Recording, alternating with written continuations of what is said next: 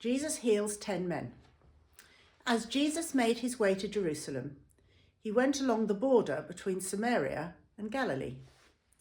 He was going into a village when he was met by 10 men suffering from a dreaded skin disease. They stood at a distance and shouted, "Jesus, Master, take pity on us." Jesus saw them and said to them, "Go and let the priests examine you." On the way, they were made clean. When one of them saw that he was healed, he came back, praising God in a loud voice. He threw himself to the ground at Jesus' feet and thanked him. The man was a Samaritan.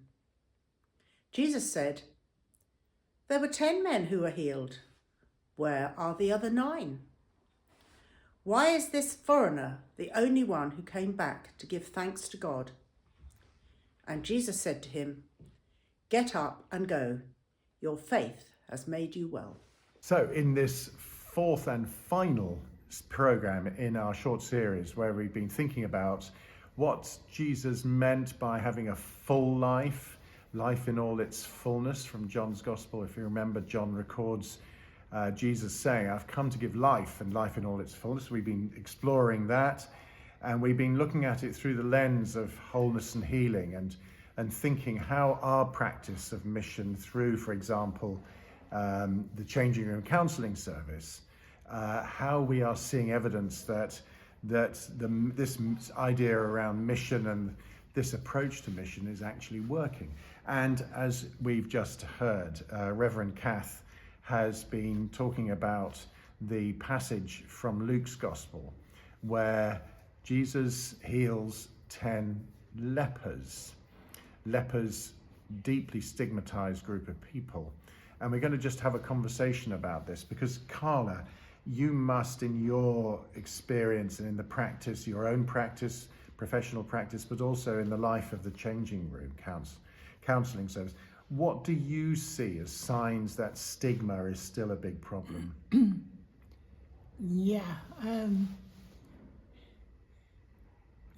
The first thing is that people are still avoiding seeing their GP and mentioning that they are depressed. Still a lot of people, because it might go on their record and it might affect job applications. Yeah. And I think it's really outdated, but maybe it isn't, I don't know. But people are still doing that. Used to be very strong. And there is about another, and I think that is more self-stigma. It's that they see themselves as weak and they shouldn't go for help.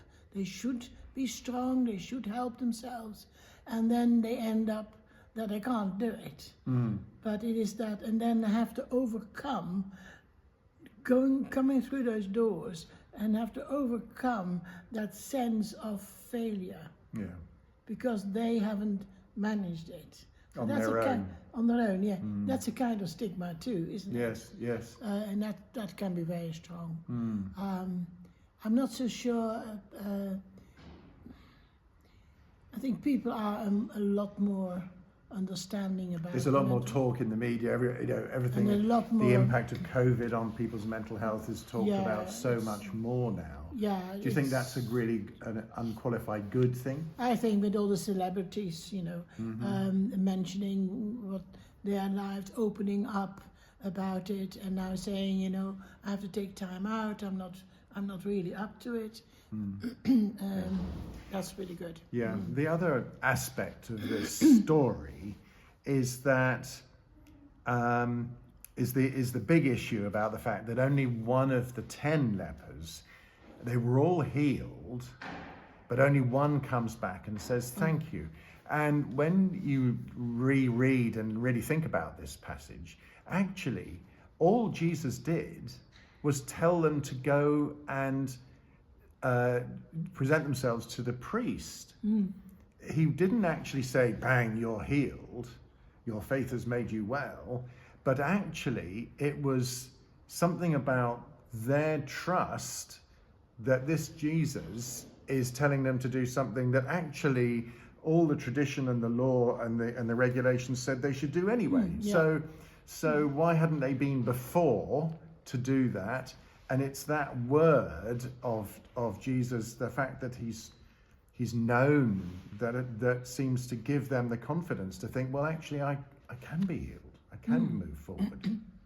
Yeah, and it's with counselling, it's a little bit different, because I think once the people have made that first step, and then they begin to work with the counsellor, and each week, things get better, and they learn things, and they get really engaged.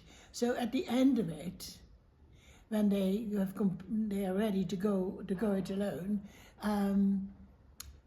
they will say, "Oh, I'm so glad I came, because I couldn't have done it without you." And my response is, I couldn't have done it without you either. I couldn't be a counsellor without you coming. And it's the same with Jesus. Jesus, he sent the person over to talk to the priest, but and the one comes back. But Jesus said, if you hadn't gone there, you wouldn't have been better. It's the same thing. So it's that sense of agency. The connection. In counselling, my personal experience is that people are, often don't give themselves, take their own sort of negativity away, and they see themselves as not having done much. And in my eyes, they've done a lot more than we've done. Yeah. Because it's such a journey to make. Yeah. This issue of gratitude, I suppose it's a bit difficult to talk about, because it's great to be able to say everyone's so grateful for what we do through the changing room and through the debt advice, but actually it's striking that this one person comes back to say thank you, and it's the one who would be normally least likely. He's a Samaritan, he's a foreigner. And Jesus makes the point about faith and responding to God is not something exclusive to a certain group. It's everybody. Yeah. And so perhaps as we come to the end of this series, we are confronted by the same thing. This is about people. Sorry. It's one of the things that the counsellors will say is having the counselling in the church, it adds to that belief that there is help. So we're going right back to the original, hundreds of years ago, when the church was the only one where people would get help, and now it is again. It's the atmosphere. Nobody ever complains about it, but it is, it is a two-way. It's a two-way journey, isn't it? And perhaps the involvement of church is there's an added dimension that if the church is taking people's humanity, identity, wholeness seriously, then perhaps there's more hope than turning up at a purely secular, I don't want to, we're not in the business of criticizing anything, but what we've got here, which perhaps we should be appreciating more, is that the church's role in this mission of God, and it's God's mission, is one which demands our faithful following in following the person who is the source of all healing. Yeah. Okay, thank you so much, Carla. It's been a great experience having these 4 chats. Yeah.